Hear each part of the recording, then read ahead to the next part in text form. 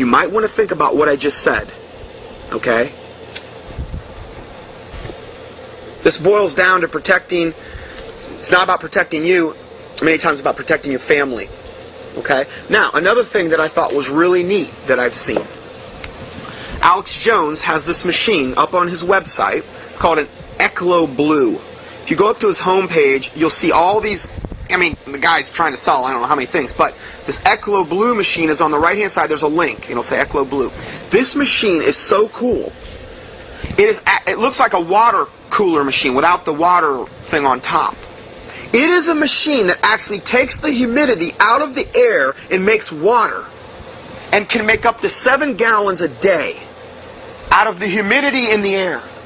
And guess what? It goes through like a 7-stage filtration, reverse osmosis, UV, everything. So the water that you're getting out of it is crystal clear, purified. You don't have to worry about them putting poisons in the municipal water supply like chlorine and fluoride, which fluoride can be very hard to get out of.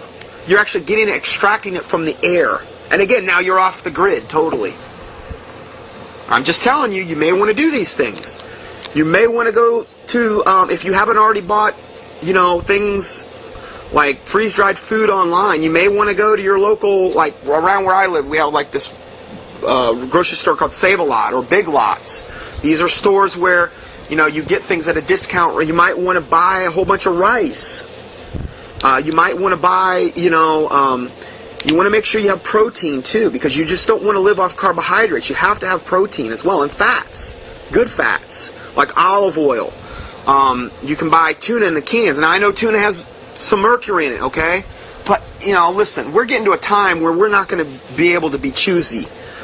I think we're coming into a time, if you look at the Great Depression, they were happy to get anything, pretty much, to eat. Okay? And you just want to be prepared. You want to be prepared for this. You should have some mild silver protein on hand, too, because if we get hit with one of these plagues, I really believe the Lord showed me that product. And I've given all my emergency, I did a teaching on the avian flu that I even put it on sermon audio. You can research that, and I get into all the emergency health things that you can do there. I have a PDF on sermon audio you can click into, and it shows you everything. Just put in avian in my search box on my home page, avian, and it'll take you to that. Or even avian flu, just even the word flu. And it'll show you all the recommendations there. My website's dr-johnson.com, dr-johnson.com for that. So, there's a lot of things that you should have been doing, okay? If the Lord convicted you, okay? If the Lord convicted you to do these, I don't want you to be motivated out of fear or out of something I'm telling you. But if you feel convicted by the Lord, these are some things that you can do. And that's just kind of a partial list, but hopefully it'll maybe get you moving in the right direction.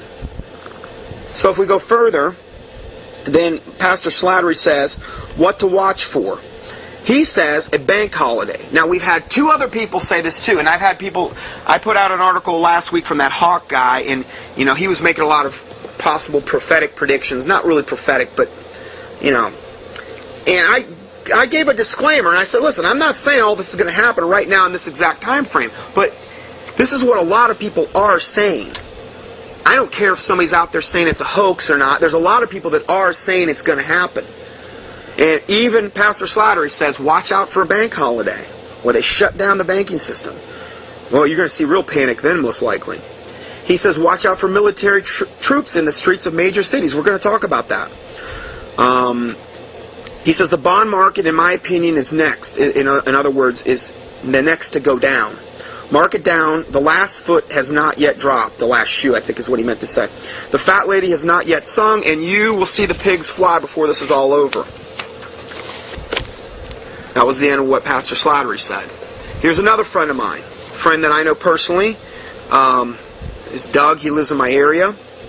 And he put out this email the other day. And this was the intro into this email. And I thought it was very good, so I'm going to read it. He says, I've been warned for years by various reliable and some questionable sources on the current multifaceted crises.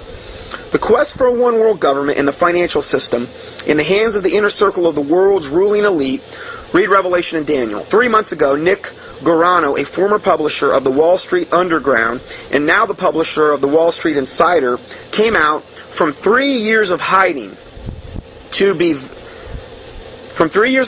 to very real attempts on his life and his family's life, and prognosticated almost exactly what is happening in the banking and the investment world right now and at the very present threats of martial law. Please read this over. I know much, in other words, this article that we're going to be talking about next. I know much, if not all, is true to a lesser or even a greater extent. If it is so, what line of defense do we take? The presidential race is predetermined already. The other things are happening as we breathe. Now again, this presidential race, it's a joke. Okay? It's fodder for us to focus on, is what it is. Okay? It's predetermined. The voting process in this country is totally, totally rigged. Well, bless God, I'm a good American, I'm going to go vote. Your vote doesn't mean anything. You would be much better off getting on your knees and praying and crying out to God. I don't remember Jesus being at the voting booth. I really don't. I'm sorry. And again, all you're going to be able to do is vote for the lesser of two evils, but it doesn't matter because they're both evil. They're both evil. We're not commanded to vote for any evil. Okay? It's predetermined. Go up to YouTube and key in HBO and Diebold. D-I-E-B-O-L-D, I believe. Or just Diebold. Scam. Just key that in and see what you get. HBO did a whole documentary on how the Diebold voting machines, which are the dominant voting machines right now, are totally, totally rigged, biased, a joke. It's been so well proven. Vote scam. Just key in vote scam on the internet. Blackboxvoting.org. Pretty sure it's .org, not .com. Just go to those sites and see if you can refute any of that information that they put forth. Okay, anyway, then he goes on to say, look at the market today and look at all the cameras along the interstates, the former military bases that have been turned into internment camps, our militarized police and deputies, and the utterly corrupt judiciary.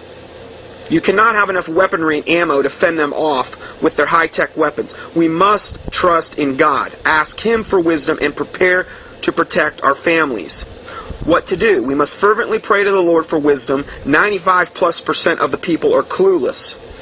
But many of them are sensing something is seriously and desperately wrong. When martial law is declared, in much of the scenario described below blossoms, it will be too late for people to do anything meaningful to resist. And then he's writing to this man named Dan. He says, Dan, I know you were heavily involved for Chuck, Chuck Baldwin, I think, is what he's referred to, and Darrell, and the Constitution Party. But they are not going to be elected. They're not going to be elected.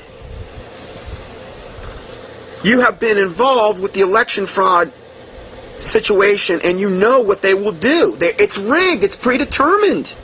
If Barack Hussein Obama is their man, he will win. And granted, the Lord's the one that sets up one ruler and puts another down. The Bible's clear on that. But I believe the Lord's letting these wicked people be set over us because we're a wicked nation. And judgment is nigh. We deserve judgment. We deserve it. Collectively, I'm talking about, as a nation. If Obama's their man, he will win no matter what, no matter the vote and the delegate votes by the Electoral College. I sense in my spirit that we would serve our families and our fellow man more by sounding the trumpet to our friends, family, and neighbors' ears until they wake up. Maybe you've already done that. Than we would if we were trying to elect a congressman, presidents, and commissioners that will never be elected. Okay? What good will rearranging the deck on the chairs of the Titanic do? That's a great analogy. Listen to that again. What good will rearranging the deck chairs on the Titanic do? When it would serve people to far more send up flares at the passing freighters to pull alongside us and to get us off the boat altogether. I mean, the Titanic's going down. What's it good is it going to do to rearrange the deck chairs if it's going down, is the point. Which is all you're really doing if you're concentrating on this election. It's irretrievably broken. Now, if we go to 2 Chronicles 7:14,